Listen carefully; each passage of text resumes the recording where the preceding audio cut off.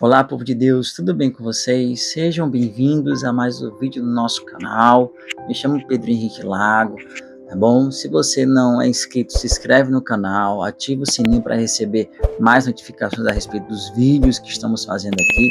E hoje é um tema muito interessante e que se relaciona muito com uma pergunta que eu já fiz na minha vida. Eu acredito que muitos de nós passamos por isso em algum momento e a dúvida surge. A gente acaba meio que tentando ter resposta e a gente não tem. E a pergunta é a seguinte: por que eu não sinto a presença de Deus? Eu oro, parece que está seco, eu leio a Bíblia, parece que está sem vida. Eu vou para a igreja, mas parece que algo dentro de mim não está se conectando com a presença de Deus. E então a gente começa a entrar naquele conflito. Será que Deus ele se afastou? Será que eu já esfriei? Né? Será que eu fiz alguma coisa de errado? Será que eu perdi a comunhão? E se você sentiu assim, eu quero dizer algo para você. Você não é o único que sentiu desse jeito. Mas também eu quero dizer algo muito importante. Nem sempre a ausência da sensação significa ausência da presença de Deus. Em Hebreus 13:5 diz: de maneira alguma te deixarei e nunca jamais eu vou abandonar vocês. É uma promessa que é muito forte. Deus ele não está dizendo, eu estarei com você só quando você me sentir. Ele está dizendo, eu não te deixarei. O problema é que nós fomos ensinados, muitas vezes, sem perceber, a medir a presença de Deus pelas sensações que nós sentimos. Se eu chorei, Deus estava. Se eu me arrepiei, Deus estava ali. Se eu senti um fogo, Deus me visitou. Mas e quando não há lágrima? E quando não há arrepio e quando não há as sensações, nós concluímos logo que não, Deus não estava presente, eu orei, Deus não estava lá. Só que a fidelidade de Deus ela não depende das oscilações de nossas emoções. Por exemplo, é como um sol em um dia nublado. Você olha para cima e não vê a luz com clareza ou o sol e acha até mesmo que o sol ele desapareceu. Não, mas ele está ali. O que acontece é que há uma camada ali entre o sol e os seus olhos para enxergar. Talvez a pergunta certa seja, não é apenas onde Deus está, assim como o sol, né? Mas é o que está entre mim e a minha percepção de Deus. Porque muitas vezes Deus ele continua presente, sempre está presente, mas existem camadas que bloqueiam o nosso discernimento. E hoje eu quero te mostrar 5 delas, tá bom? E a primeira é o pecado que não foi confrontado acaba embotando a nossa sensibilidade. Isaías 59, versículo 2, ele diz que mas as nossas iniquidades fazem separação entre vós e vosso Deus. Aqui existe algo que precisa ser entendido com equilíbrio. Não é que qualquer falha vai fazer Deus te abandonar, porque Deus não te abandona. Mas o pecado alimentado, escondido e acariciado cria uma névoa no coração. No começo, a nossa consciência ela vai gritar dizendo, você pecou. Depois, ela vai começar a sussurrar mais baixo, até que ela não fala mais nada. Ou seja, o pecado repetido sem arrependimento gera o quê? Anestesia. E tem gente que quer sentir a presença de Deus no culto, mas está ignorando as convicções durante a semana. Né? Quer mais fogo no altar, mas não quer mexer no quarto escuro, né? Onde está escondido esse pecado. É como tentar ouvir uma música suave com um motor barulhento ligado do lado. A música ela existe, mas o ruído ela continua dominando, mais alto do que a voz. Ou seja, Deus continua falando, mas em algumas áreas nós precisamos trabalhar para que diminua esse barulho que está mais alto do que a voz de Deus. Talvez não é a falta da presença de Deus, na verdade é o excesso dessa resistência que o pecado cria. E aqui eu não estou querendo condenar, na verdade eu quero fazer um convite, porque o arrependimento ele não afasta você de Deus. O arrependimento, ele limpa a lente para que a gente possa ouvi-lo. E o segundo ponto importante é o excesso de ruído interno e as distrações. Em Salmos 46, versículo 10, a Bíblia diz que aquietai-vos e sabei que eu sou Deus. Existe uma razão espiritual para esse texto. Há percepções que não nascem em uma alma acelerada, por exemplo. Nós estamos vivendo dias em que a mente, raramente, ela consegue ficar quieta. Ou seja, notificações, vídeos curtos, preocupações, comparações, ansiedade, informações demais, a mente está cheia, mas o espírito acaba ficando desnutrido ou subnutrido. Nós queremos ouvir Deus em uma alma que nunca desacelera. Então, como é que a gente pode discernir um sussurro em um ambiente de gritaria? É como uma água agitada. Quando a superfície ela está em movimento, você não vê o reflexo nenhum do fundo. Mas quando ela quieta, você começa então a ter esse reflexo do que está lá dentro. Então, tem muita gente dizendo, Deus ele não fala comigo, mas talvez Deus esteja falando e a alma esteja alta demais para perceber.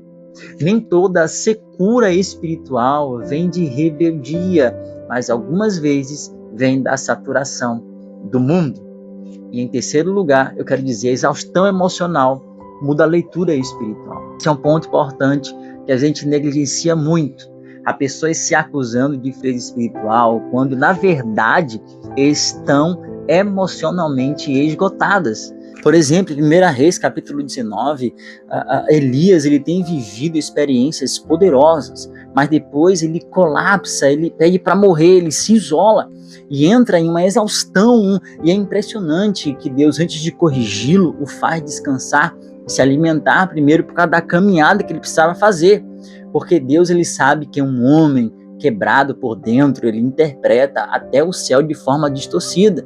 Quando estamos cansados, tudo parece pesado, a oração às vezes é difícil, a palavra parece sem sabor, a alma perde a percepção, né? O nosso espírito acaba perdendo essa conexão, e aí você, não é porque Deus sumiu, mas é porque as forças acabaram, né? E a gente precisa desse descanso, é como um celular com bateria baixa, o sistema continua lá, mas o desempenho ele acaba despencando.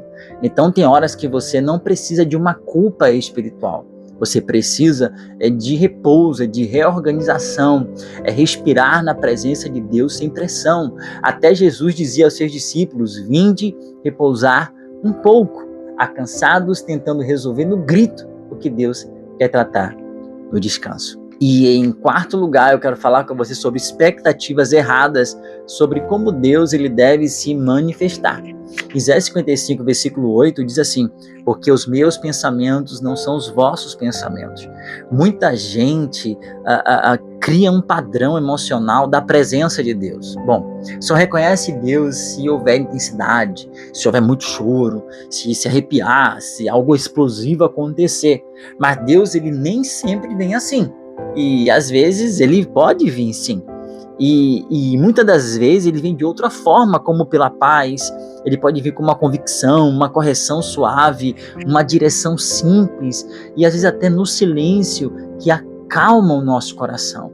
Você lembra de Elias? Deus ele não estava no vento forte, não estava no terremoto, no fogo, né? Ele veio uma voz mansa e suave, e ali nós começamos a aprender algo aqui, só que às vezes a gente está tão condicionado ao extraordinário que a gente perde o simples, e a gente ignora às vezes a presença de Deus discreta e suave em nossa vida. Nós queremos o trovão e Deus está sussurrando algo para nós. Queremos o impacto e Deus está formando profundidade.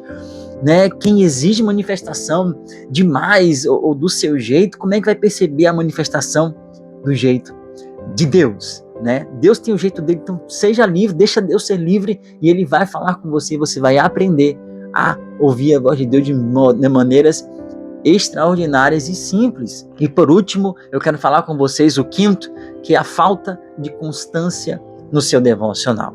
Jeremias 29:13 diz assim, buscar-me-eis e me achareis, quando buscar de todo o vosso coração. Perceba que existe uma intensidade nesse texto. Não é uma busca eventual, é uma busca por inteiro, de todo o coração. Muitos querem discernir o espiritual profundo como uma vida devocional rasa, mas o que eu quero dizer é que a gente às vezes busca a Deus mesmo meio que relapso, meio que sem atenção ou sem foco. A gente está orando em momentos em que a crise aperta, a gente lê a Bíblia quando bate a roupa, né? Mas a intimidade ela não nasce de encontros esporádicos, mas é como uma amizade. Você não reconhece os detalhes de alguém que vê uma vez no mês ou de vez em quando, mas de quem convive diariamente. Você percebe até no silêncio de uma pessoa, na fisionomia, na expressão que ela está dizendo. Ou seja, a constância afina a nossa percepção. Quem vive perto começa a ver os detalhes. Talvez você não precise de uma experiência nova, precisa de uma rotina escondida com Deus. E uma das coisas que eu quero falar, que é a grande questão, é que e se Deus estiver te treinando para a fé? Existe algo que a gente precisa entender. 2 Coríntios 5:7 diz assim: visto que andamos por fé e não pelo que vemos. Há fases em que Deus ele diminui a sensação para fortalecer a nossa convicção. Porque sentir realmente é maravilhoso, mas permanecer quando não sente nada, bom, a gente amadurece e cria maturidade. Se você continua apegado às suas emoções, a sua fé ainda continua apegada ao estímulo. Mas quando você vem para a palavra de Deus que te sustenta e você começa a permanecer, aí existe crescimento. E nem todo silêncio de Deus é abandono. Algumas vezes Deus está colocando você na sala de aula para aprender a ouvi-lo de maneira mais profunda.